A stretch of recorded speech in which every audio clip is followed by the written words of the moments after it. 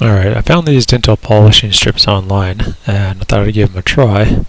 So I took a ring here, clamp it down. The polishing strips come in two grades. There's coarse, medium, and fine. I should say 3 grades. I ended up buying the medium and fine grade. So you just pull off a little strip here, cut it to length. They're 4 millimeters wide and they're extra thin. One side is glossy and the other side has a grit on it, so it's real easy to figure out which is which. And off we go.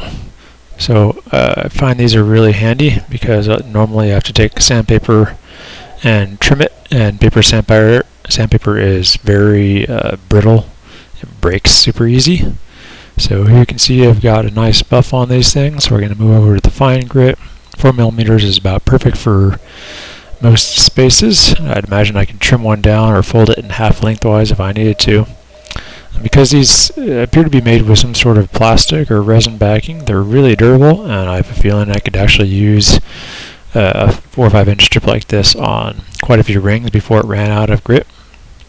The fine grit here, you can see it looks like it's probably equivalent to about maybe a 2,000 or 3,000 grit, so not quite polished, but getting there. Next tool is a dental pick probe. Dentists use these to pick stuff out of your teeth. I use them to pick things out of rings or to make textures. So here's an example of using a texture on a ring, real simple. I've sharpened the end of it here to a nice fine point so I can scrape away the oxidization here to create a hatching texture on this ring. I'm sure you can think of other uses for it. One thing I also use it for is for cleaning investment out of the nooks and crannies of a casting that I've done, and it works really well for that. I also will use it to pick out the little metal rods that get stuck in rings when I'm using the metallic ring tumbling system.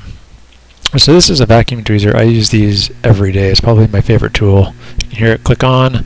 There's a hole up there. When you plug it with your finger, it creates a vacuum, and it just sucks up little devices or little things. So here I'm sucking up a gold droplet. It's pretty heavy. Probably have about a 2 millimeter hole on the end of that particular end, but it comes with an assortment of different ends, so I've been able to pick up diamonds and components as small as 0.5 millimeters and then place them exactly where I want them. It works fantastic. This is a electric duster blower. I use it a lot to remove water from rings after I oxidize them and rinse them off.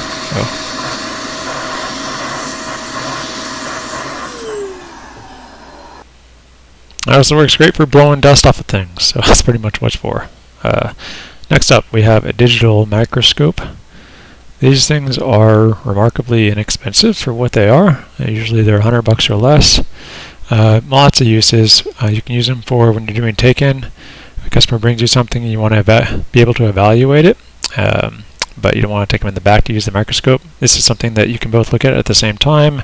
Take a look at the jewelry, look for any problems, show them what you're going to be working on, check for loose stones. You can take a look at what you're working on here.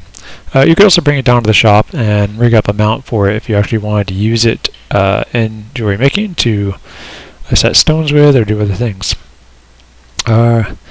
Next up we have double-sided nanotape. This is a new one here. I've just kind of acquired this, and the first thought I had on it was that I could use it to hold down plates for engraving practice.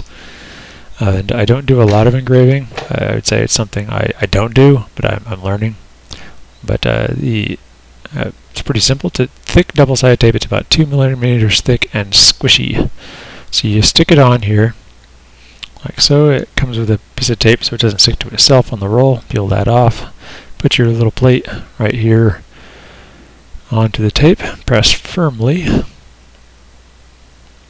And I like this because it's not as stable as if you were to simply clamp it down on using the screws that come with these ball vices. However, it's not going to mar your piece in any way.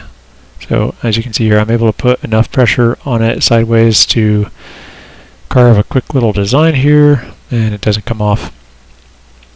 So you can feel it yield a small amount because of the thickness, but otherwise it stays on there. So it peels off like so, and peels right off the back. It peels very easily, but it resists shear forces quite well. The last thing is a cell phone chest mount, which is what I use to shoot this video. So it's handy. The advertiser says you could use it for lots of things, mountain biking, trail running, whatever. I'm not sure I would trust my phone in this if I was doing something highly active, but for this it worked great. So thanks for watching.